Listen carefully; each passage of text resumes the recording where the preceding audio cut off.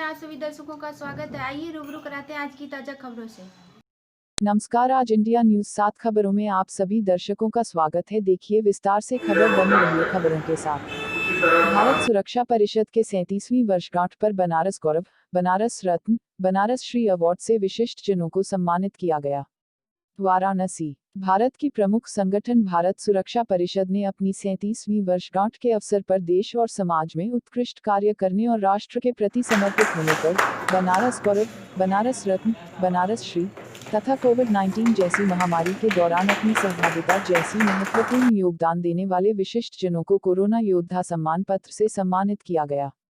ज्ञातव्य हो कि भारत की प्रमुख भारत सुरक्षा परिषद की 37वीं वर्षगांठ प्रत्येक वर्ष की भांति इस वर्ष भी 20 दिसंबर 2020 को रविवार को देश की साहित्यिक एवं सांस्कृतिक राजधानी वाराणसी काशी स्थित पत्रकारिता जगत के महान विभूति बाबू विष्णु पराड़कर स्मृति भवन के गर्दे सभागार परिसर में संपन्न हुआ। कार्यक्रम सरस्वती वंदना के साथ प्रारंभ किया गया। तत्पश्चात कार्यक्रम के आयोजन समिति के अध्यक्ष डॉक्टर जमीरुल इस्लाम ने आगत विशिष्ट जनस्वागत किया। कार्यक्रम के प्रारंभ में भारत सुरक्षा परिषद और अवार्ड के पृष्ठभूमि पर विस्तृत परिचय परिषद के अध्यक्ष डॉ. अरविंद गांधी ने दिया। इस मौके पर उन्होंने देश में तेजी से पनप रहे भ्रष्टाचार के नियंत्रण में जनसहभागिता पर जोर दिया और इसके लिए स्वयं सेवी संगठनों से आगे आने की अपील किया। ज्ञातव्य हो कि इस वर्ष कार्यक्रम के मुख्य अतिथि निवर्तमान महानिदेशक परिवार कल्याण एवं स्वास्थ्य सेवाएं उत्तर प्रदेश शासन डॉ. O.P. सिंह तथा अध्यक्षता वरिष्ठ बाल रोग चिकित्सक डॉ. के जैन ने किया। कार्यक्रम के मुख्य अतिथि डॉ. ओम प्रकाश सिंह ने परिषद के ऐसे कार्यक्रम की सराहना करते हुए सभी विशिष्ट जनों से सामाजिक कुरीतियों और विकृतियों को दूर करने पर एवं इसे जड़ से मिटाने हेतु सेमिनार गोष्ठी के माध्यम संदेश देने की जरूरत पर जोर दिया और भारत सुरक्षा परिषद को मजबूती प्रदान करने की अपील किया। परिषद अपने इस 37वीं वर्षगांठ पर देश और समाज के प्रति समर्पित विशिष्ट जनों को विभिन्न अवार्ड से सम्मानित किया, जिसके तहत डॉक्टर जमीरुल इस्लाम को कोरोना महामारी जैसी विषम परिस्थितियों में चिकित्सकीय एवं जन सहभागिता, डॉ. विनोद कुमार को चिकित्सा सेवा हेतु बनारस गौरव तथा सर्वश्री योगेंद्र सिंह पूर्व कुलपति जननायक चंद्रशेखर विश्वविद्यालय बलिया उच्चतर शिक्षा सेवा, श्रीराम नारायण पाठक सैन्य एवं समाज सेवा, डॉक्टर सैयद नादिर अली पर्यावरण एवं स्वच्छता, उर्वशी अनामिका मरणोपरांत समाज सेवा हेतु बनारस रत्न एवं सर्वश्री डॉक्टर ओम किशोर सिंह वनस्पति विज्ञान सेवा, पंडित वैभव शर्मा ज्योतिष विज्ञान सेवा, अनुज यादव एडवोकेट सामाजिक सहभागिता एवं विधि सेवा, उपेंद्र यादव पत्रकारिता सेवा, डॉ. लक्ष्मी सिंह मुख्य चिकित्सा अधिकारी भदोही चिकित्सा एवं स्वास्थ्य सेवा, डॉ. श्रीमती अंशु सिंह संयुक्त निदेशक स्वास्थ्य चंदौली चिकित्सा सेवा, श्री कालिका सिंह क्षेत्रीय अधिकारी उत्तर प्रदेश प्रदूषण नियंत्रण बोर्ड वाराणसी पर्यावरण एवं प्रदूषण नियंत्रण सेवा, मोहम्मद हारून अंसारी को समाज सेवा के लिए बनारस श्री अवार्ड सम्मान 2020 से अलंकृत करते हुए सम्मानित किया गया। इसके अतिरिक्त 8 विशिष्ट जनों को कोरोना योद्धा सम्मान से सम्मानित किया गया, जिसमें सर्वश्री डॉ. वीरेंद्र बहादुर सिंह मुख्य चिकित्सा अधिकारी वाराणसी, डॉ. शिव सुंदर गांगुली पूर्व डिप्टी चीफ वार्डन नागरिक सुरक्षा वाराणसी तथा वरिष्ठ चिकित्सक डॉ. सविता पूनम निदेशक CPCB, डॉ.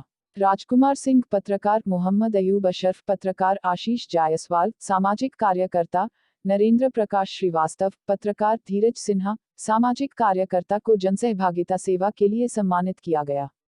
परिषद प्रवक्ता के अनुसार समारोह के आयोजन समिति में मुख्य रूप से डॉक्टर जमीरुल इस्लाम, डॉ.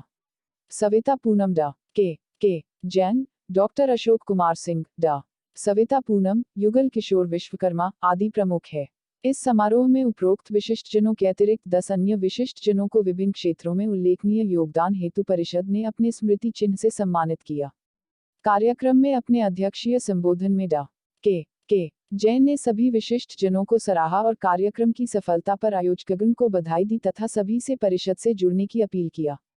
कार्यक्रम में डॉ. अशोक कुमार सिंह, के विश्वकर्मा, डॉ. अजय खन्ना, श्री रविंद्रनाथ सिंह, श्री रामाश। सर आप भी कुछ बताएं अपना परिचय। मैं युगल किशोर विश्वकर्मा भारत सुरक्षा परिषद की अनुषांगिक इकाई crime prevention investigation bureau Bharat सरकार का एकमात्र NGO जिसको वो मान्यता प्रदान करती है, उसका मैं प्रमुख सचिव।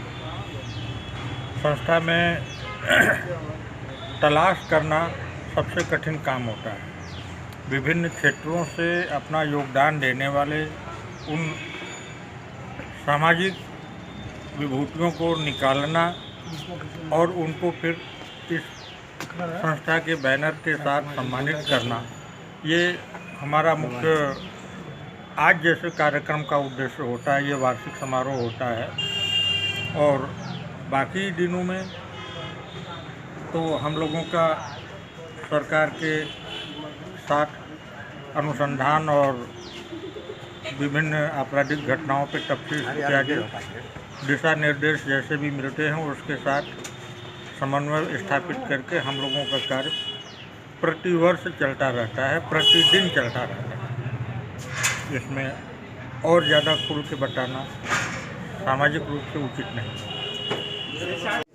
और संस्था के बारे में आप बताएं कि संस्था आगे क्या क्या करना चाहती है, तो संस्था का उद्देश्य क्या है? संस्था राष्ट्र हित और देश हित में जितना भी अधिक से अधिक काम होगा उसको करने के लिए कृत संकल्पित है और अपने उद्देश्यों के तहत पूरी कोशिश करेगी कि विकास और राष्ट्र के उत्थान और जन सहभागिता अधिक से अधिक हो और राष्ट्र में व्याप्त भ्रष्टाचार और अपराध कम हो। इस पर संस्था ज़्यादा जोर दे रही है और मानवाधिकारों का जहाँ जहाँ हनन हो रहा है, संस्था भी उस पर विस्तृत रूप से काम कर रही है और आगे भी करेगी। कोरोना काल में क्या आपकी विशिष्ट उपलब्धि रही, उसके बारे में? कोरोना काल में हम लोगों ने भारत सुरक्षा परिषद की तरफ से, संस्था की तरफ से और स्वयं मैं भी काफ़ी लोगों, कम से कम 150 परिवारों को हम लोगों ने भोजन सामग्री, भोज्य पदार्थ हम लोगों ने घर तक पहुंचाया और कुछ लोगों को बुला के दिया गया जहां नहीं पहुंच पाए थे और 150 परिवारों को दिया गया विस्तृत ऐसे परिवारों को जिनके यहाँ की खाने का मतलब 2 वक्त की रोटी की स्थिति खराब हो गई थी उस समय। ऐसे में और आगे भी जब भी आवश्यकता पड़ेगी भारत सुरक्षा परिषद उसके लिए हमेशा खड़ा रहेगी और पूरी टीम खड़ी रहेगी उसके साथ। मैं डॉक्टर लक्ष्मी सिंह, CMO भदोई। जी, और इस समय कोरोना काल में आपकी क्या उपलब्धि रही है? कोरोना काल में देखिए, हम लोग को जो भी शासनादेश आता था यूपी गवर्नमेंट से, उस शासनादेश से पूरा हम लोग कम्प्लीटली हम लोग काम कर रहे हैं। हम लोग को ये था कि भाई हम लोग को टारगेट्स दिया गया था, कैसे कैसे सैम्पलिंग्स, कितना प्रतिदिन कितना सैम्पलिंग होगी, उतना सैम्पलिंग हम लोग भरपूर करते थे। एंड हमारे जनपद में, भदोई की जनपद में भगवान की दया से बहुत अच्छी तरह कंट्रोल था। शुरू से भी हम लोग के बस मैक्सिमम केसेस हम लोग की 90 केसेस आए थे, वो भी पुलिस कैदी थे वो लोग। एंड हम लोग की जनपद में तो कम से कम केसेस हैं एंड हम बच्चे अच्छी तरह कंट्रोल्ड हैं। एंड कोरोना काल में हम सबको ये एडवाइस देना चाहती हूँ कि भाई सब लोग मास्क अभी भी इस्तेमाल करें। अभी कोरोना गायब नहीं हुआ है, कोरोना अभी भी है, तो मास्क लगाएं एंड 2 गज की दूरी हमेशा मेंटेन रखें। डॉक्टर साहब ये बताएं, भदोही की आप CMO हैं, भदोही क्षेत्र में फर्जी डॉक्टर जिसको झोला छाप बोलते हैं, उनके ऊपर कार्रवाई कैसे करती हैं आप? मेरी संज्ञान में है, बहुत सारे झोला छाप डॉक्टर हमारे यहाँ बैठ के प्रैक्टिस कर रहे हैं। मैं सोच रही थी कि मैं जाके इंस्पेक्शन करूँ, थोड़ा सा एडिशनल CMOs को भी मैं ड्यूटी लगाती कि जाके सडन इंस्पेक्शन करके निरस्त कराने के लिए। बट एक ही कोरोना की वजह से हम अभी जनवरी में ही ज्वाइन की थी, पिछले जनवरी में, तब तक मार्च में कोरोना आ गया था, तो फिर उसकी वजह से थोड़ा सा ज़्यादा कार्य कर नहीं पाए थे इस विषय में। बट एक इन्वेस्टिगेशन हो रहा है एंड जैसे कोरोना ख़त्म होते ही मैं उसकी तुरंत खिलाफ एक्शन लेंगे। बक्सेंगे नहीं? बिल्कुल ही नहीं। Thank you. मैं भारतीय शिक्षा परिषद से बहुत दिनों से जुड़ा हुआ हूँ और जब भी गांधी जी मेरे पास आते हैं उनको हमेशा हमने प्रचार के लिए बताया कि इस समय कोरोना चल रहा है तो आप ये प्रचारित करें कि लोग घरों से न निकलें, जो वृद्ध हैं वो घर में ही रहें, बच्चों को भी घर में रखें और जो भी बीमार है या बुखार है वो चिकित्सक की सलाह लें और यदि कोई कोरोना पॉजिटिव है तो वो हमेशा अस्पताल में जाके भर्ती रहे क्योंकि वो दूसरों को फैलाएगा।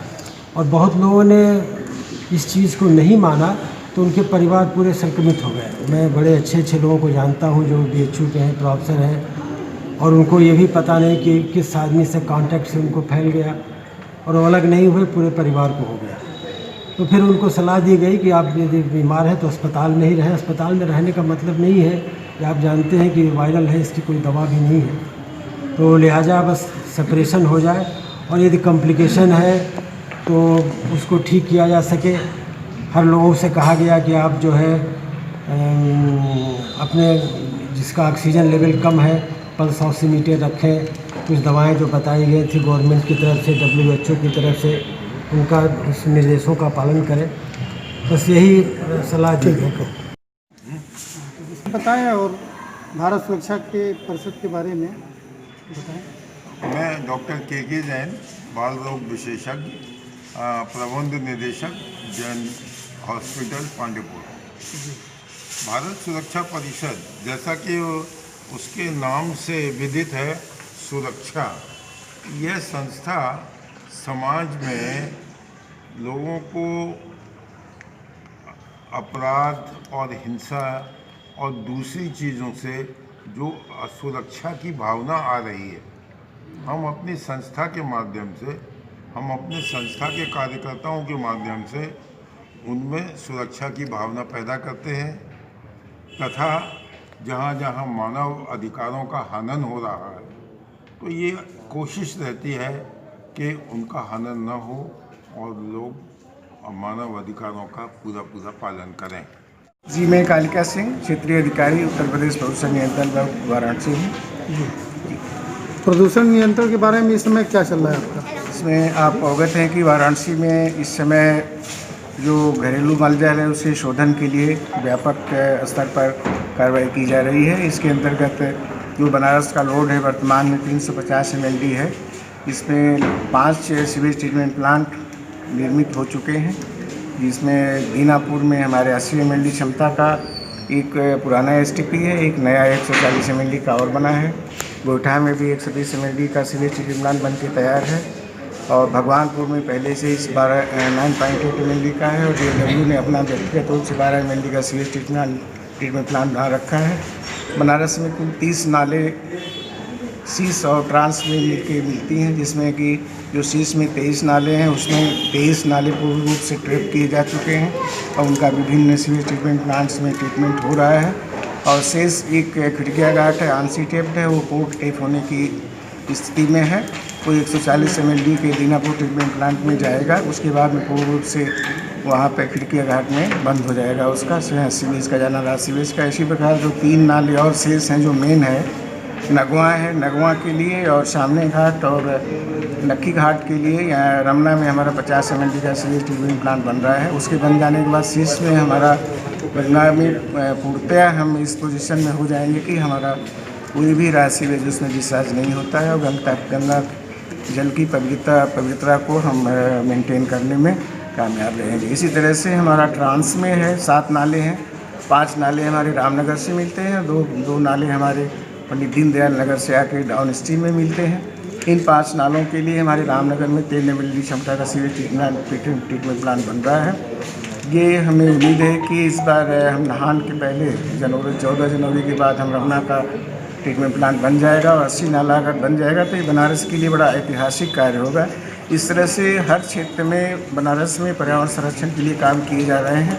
इसमें जनता का और प्रिंट मीडिया का, इलेक्ट्रॉनिक मीडिया का भी सबका सहयोग मिल रहा है। हम सबके प्रति आभार प्रकट करते हैं और उनसे आगे भी सहयोग की कामना करते हैं।